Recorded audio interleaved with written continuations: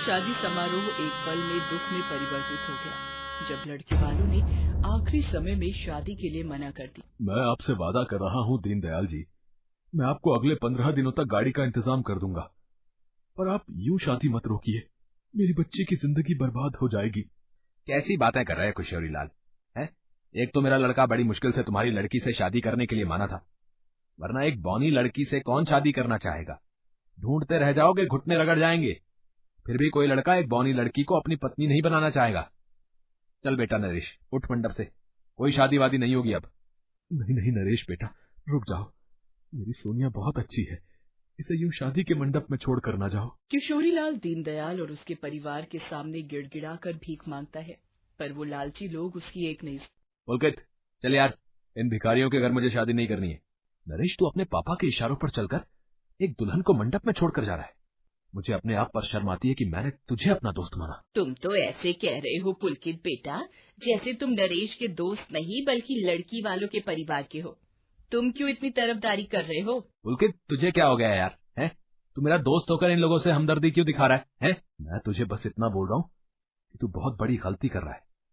अरे इस बेचारी के पिता की हालत तो देख। अरे गाड़ी के लिए तू एक दुल्हन को मंडप में छोड़ देगा? ऐसा है पुलकित बेटा, बहुत सुन ली तुम्हारी बातें हमने, ठीक है ना?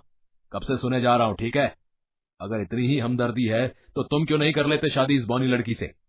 हाँ सही तो कह रहे हैं पापा, तू क्यों नहीं कर लेता इससे शादी? है तुझ में हिम्मत शादी करने की? बोल। कहना आसान होता भाई, पर हर कोई करके नहीं दिखाता। हाँ मैं कर लूंगा इससे शादी, मैं अपनाऊंगा सोनिया को, समझ गया? पुलकित नरेश का दोस्त था जो दिल्ली से उसके शादी समारोह में आया हुआ था, पर सोनिया और उसके पिता के साथ नरेश और दीनदयाल का दुर्व्यवहार देखकर पुलकित से रहा नहीं गया। वो सोनिया के पिता से कहता है, अगर आपको कोई ऐतराज न हो तो मैं करूंगा आपकी बेटी से शादी, मैं सोनिया का हाथ थामूंगा। क्या सचमुच तुम मेरी बेटी से शादी करोगे? पर मेरे पास दहेज में देने के लिए इस वक्त गाड़ी नहीं है बेटा, कहीं तुम भी तो। मैं दहेज लेने और देने के सख्त खिलाफ हूं, मैं सिर्फ सोनिया का हाथ मांगता हूं, मुझे और कुछ नहीं चाहिए। पुलकित किशोरीलाल और उनकी बेटी सोनिया के लिए मानो भगवान का वरदान बनकर आया था। नरेश और दीनदयाल गुस्से में लौट जाते हैं। पुलकित और सोनिया की शादी हो जाती है। पुलकित सोनिया के साथ वापस दिल्ली पहुंचता है। टैक्सी में बैठी सोनिया पुलकित से कहती है, पुलकित मुझे घबराहट हो रही है, आपके घर में सब मुझे बहू के रूप में स्वीकार तो कर लेंगे ना? अरे तुम घबराओ नहीं, मैंने तुमसे शादी की है और उम्र भर साथ निभाने का वादा लिया है, मैं तुम्हारे साथ हूँ। पुलकित सोनिया को लेकर घर पहुंचता है। पुलकित के मम्मी पापा सोनिया को देखकर गुस्से में आ जाते हैं। तू शादी करके आ गया? तू तो अपने दोस्त की शादी में गया था, फिर ये बौनी लड़की तुझे वहां कैसे मिल गई? मैं इसे अपनी बहू के रूप में स्वीकार नहीं करूंगी। समाज में मेरी हंसी उड़वानी है? खानदान की नाक कटवा कर रख दी तूने, हर कोई हंसेगा, कहीं उठने बैठने लायक नहीं छोड़ा तूने। तेरी माँ सही कह रही है पुलकित, तूने तो सच में हमारा सिर शर्म से झुका दिया। सुंदर लंबी कदकाठी वाली लड़कियों की कमी थी तेरे लिए, बता? एक से एक लड़कियां लाइन लगाकर खड़ी थी और तुझे ये बौनी लड़की ही मिली थी शादी के लिए। बस बहुत हुआ मम्मी पापा, मैंने जो किया है बिल्कुल सही किया है। आज हम 21वीं सदी में रह रहे हैं, फिर भी हम रंग रूप कदकाठी पर गौर करेंगे, है ना? व्यक्ति के स्वभाव और उसकी कुशलता में सब कुछ शामिल होता है। सोनिया की इसमें क्या गलती है कि अगर उसका कद छोटा है तो? मैं सोनिया के खिलाफ एक भी शब्द नहीं सुनूंगा। मैंने इसे पत्नी रूप में स्वीकार किया है और आप लोग भी इसे अपनी बहू के रूप में स्वीकार कर लें, वरना मैं ये घर छोड़कर चला जाऊंगा। पुलकित गुस्से में अपने कमरे में चला जाता है। उसकी मां ममता सोनिया पर बरसने लगती है। कलेजे में ठंडक पड़ गई होगी तेरे, हमारे बेटे को हमसे अलग करके ही मानेगी तू। पता नहीं मेरे बेटे पर कौन सा काला जादू कर दिया तुम बाप बेटी ने कि हमारा बेटा ही हमसे छिन गया है। नहीं माँ जी, मैं सब बिल्कुल नहीं चाहती, मैं तो बस आप सबके दिल में जगह बनाना चाहती हूँ। हमारे जीते जी ये कभी नहीं होगा, तू इस घर की बहू कभी नहीं बनेगी, हम तुझे अपनी बहू नहीं मान। बेचारी सोनिया फूट आसपास के मोहल्ले वालों और रिश्तेदारों को जब पुलकित और सोनिया की शादी के बारे में पता चलता है तो सब सोनिया का मजाक उड़ाने लगते हैं। वैसे ममता जी, आपके बेटे पुलकित में कोई कमी थी क्या जो उसने इतने नाटे कद की बौनी लड़की से शादी की? नहीं तो बहन जी, हमारे लड़के को देखो, एक से एक लड़कियों के रिश्ते आते हैं, इतने नखरे हैं।